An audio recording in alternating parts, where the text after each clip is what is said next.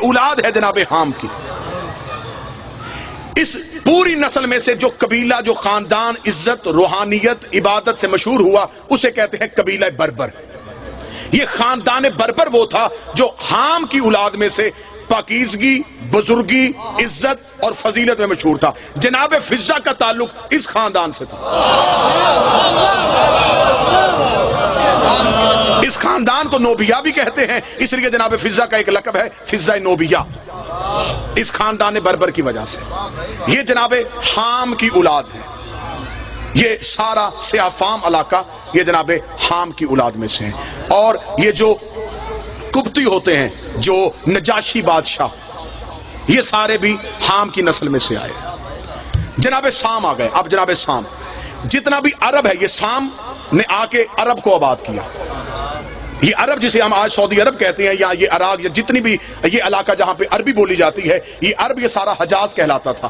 اسے آ کے سام اور سام کے بیٹوں نے آباد کیا. جناب سام اسے آباد کر کے خود جناب سام بر صغیر میں آ گئے، پاک و ہند میں. جناب سام جب بر صغیر میں پہنچے تو یہ پاکستان میں جب آئے تو یہ گجرات میں آئے. آج بھی ہیڈ مرالہ سے جلال پور جٹاں کی طرف جاتے ہوئے وہاں پہ 18 نبیوں کی قبریں ہیں.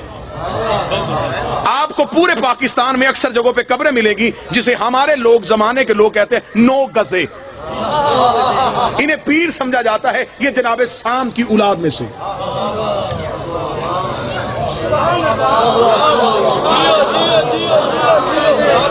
بلکہ تاریخ کہتی ہے کہ خود جناب سام کی قبر بھی جو ہے وہ گجرات میں. جناب سام بر صغیر میں آ کے آباد ہو گئے. اب جناب سام کی 2 طرح کی نسلیں چلی. ایک نے عرب آباد کیا، ایک نے یہ ہندوستان کو آباد کیا. سب سے زیادہ ان تینوں نسلوں میں سے جو سب سے زیادہ نبی آئے وہ جناب سام کی نسل میں سے آئے. کم از کم تاریخ نے تعداد لکھی ہے 4000 نبی جناب سام کی نسل میں سے. ہمارے رسول کا تعلق جناب سام کی نسل میں سے. جناب سام، اب آپ کو ذہن میں بڑا کوشش کر رہا ہوں، بڑا خوبصورت کر کے آپ کے سامنے بیان. جناب حام کی نسل کالے، قبیلہ مشہور بربر. جناب سام کی نسل عرب اور ہندوستان کے لوگ. قبیلہ جو مشہور ہوا وہ قریش.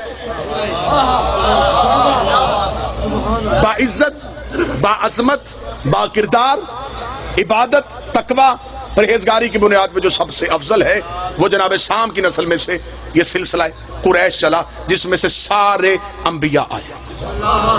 بور تو نہیں ہو گئے آپ اس بات میں؟ اس سے آگے جناب یافس. بسم اللہ سر. اس سے آگے جناب یافس. جناب یافس نے آ کے جتنا بھی ہمارا یورپ ہے، آذربائیجان، ترکمانستان، اٹلی، یورپ، اس سارے کو آ کے جناب یافس کے بیٹوں نے آباد کیا. یہاں پہ